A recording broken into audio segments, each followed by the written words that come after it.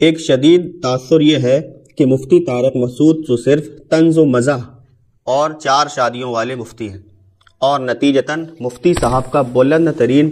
علم و تحقیق تشخص اسی تاثر کے زیر اثر کہیں گم سا ہو گیا ہے،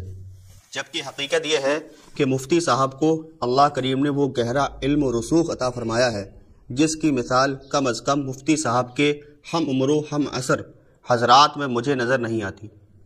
ویسے تو مفتی صاحب سے درس نظامی کے مختلف اسباق پڑھے، ان کے ساتھ متعدد اسفار و احزار کے تجربات رہے جن سے میرے لیے میرا دعویٰ کسی دلیل کا محتاج نہیں، مگر چند روز پہلے مجھے مفتی صاحب کا وہ علمی روپ دیکھنے کا حسین اتفاق ہوا جو گزشتہ 10 برس سے زائد کی شناسائی میں مجھ پر بھی منکشف نہیں ہوا۔ واقعہ کچھ یوں ہے کہ ایک بڑے پروڈکشن ہاؤس سے رابطہ ہوتا ہے اور بتایا جاتا ہے کہ ہم انسان کے عنوان پر ایک ڈاکومنٹری بنا رہے ہیں جسے نیٹ فلکس سمیت دنیا کے تمام بڑے پلیٹ فارم پر نشر کیا جائے گا۔ 17 ممالک کے مختلف علمی و روحانی شخصیات و اسکالر سے ریکارڈنگ کے بعد اس وقت ہم پاکستان میں ہیں اور ہمیں مفتی طارق مسعود صاحب سے بھی 5 سے 10 منٹ کا کلپ چاہیے۔ ڈاکومنٹری کے عنوان اور بہترین مقصد کو دیکھتے ہوئے میں نے مفتی صاحب کو بتایا اور انہیں مقررہ دن مقررہ وقت پر جامعہ میں ریکارڈنگ کے لیے بلایا۔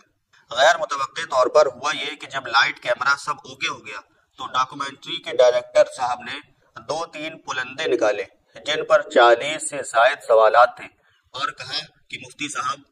ان میں سے جن جن سوالات کا جواب دے سکیں دیکھ لیں۔ مفتی صاحب نے پرچہ پکڑا اور میں نے تیز نگاہوں سے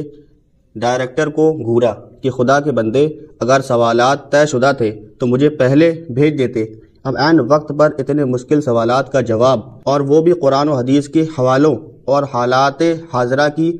تطبیق کے ساتھ کیسے ممکن ہوگا۔ ابھی میں اپنی بھلاس نکال ہی رہا تھا کہ مفتی صاحب اپنے روایتی انداز میں بولے، چلیے بھائی کوئی بات نہیں، آپ سارے سوالات پوچھ لیں، میں جواب دینے کی کوشش کروں گا۔ مفتی صاحب کے اس جواب نے مجھے حیران تو کیا ہی مگر ذرا سا پریشان بھی، کیونکہ وہ سوالات اتنے عام فہم بالکل بھی نہیں تھے کہ انہیں بنا تیاری کے بیان کیا جا سکے۔ خیر ریکارڈنگ شروع ہوئی اور مفتی صاحب کے جوابات نے جس سحر میں ہمیں جکڑا وہ ناقابل بیان۔ کہنے کو تو علمی کتابی بہت ہے لیکن اس دن میرے سامنے ایک حقیقی علمی کتابی شخص بیٹھا تھا جو ہر سوال کے جواب کو قرآن کی آیت سے شروع کرتا، صحیح احادیث کے متن کی خوبصورت پنی میں لپیٹتا اور جدید سائنسی تطبیقات و عقلی دلائل کی تشتری میں رکھ کر سامنے والے کو ہدیہ کر رہا تھا۔ ایسے محسوس ہو رہا تھا جیسے ان سوالات پر طویل عرصہ تحقیق و ریسرچ کے بعد ان کے جوابات بیان ہو رہے ہیں۔ بیک آف کیمرہ سوالات چونکہ میں ہی پوچھ رہا تھا تو ایک جگہ رک کر میں نے مفتی صاحب سے اظہار بھی کیا کہ استاد جی آج آپ کو میری ہی نظر نہ لگ جائے، ماشاء اللہ۔ بہرحال ہر ایک سوال کا جواب ہوا اور خوب ہوا۔ کہاں 5 سے 10 منٹ کا کلپ ریکارڈ کرنے کے لیے آنے والی ٹیم اب 1 گھنٹے کا کلپ ریکارڈ کر کے حیران بیٹھی تھی۔ ڈائریکٹر اور پروڈیوسر کہنے لگے کہ مفتی صاحب سنتے تو آپ کو ہم بھی بہت ہیں مگر آج ہمیں کسی نئے مفتی طارق مسعود سے شناسائی ہو رہی ہے۔ انہوں نے مزید کہا کہ مختلف ممالک کے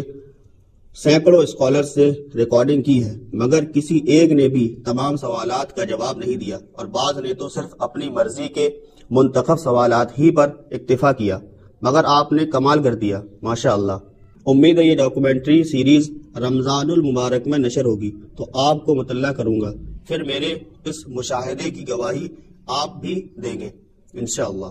یاد رہے کہ مفتی صاحب صرف بولنے کی حد تک ہی نہیں بلکہ افتاء و تحقیق کی دنیا میں بھی بڑا کمال ہنر رکھتے ہیں، جس کی بہت بڑی مثال تکافل کے مسئلے میں شیخ الاسلام صاحب کی رائے پر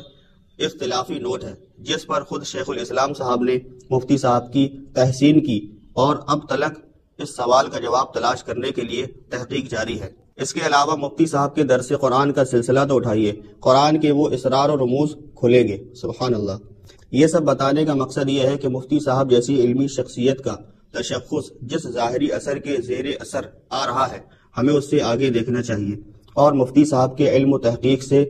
استفادہ کرنا چاہیے، جب آپ مفتی طارق مسعود کو ایک بڑے صاحب علم اور محقق کی نظر سے تلاش کریں گے اور دیکھیں گے سنیں گے تو یقین کیجئے آپ کے سامنے ایک اور مفتی طارق مسعود ہوں گے۔ اللہ استاد جی کے علم و عمل اور فیض و برکات میں خوب اضافہ فرمائے، آمین۔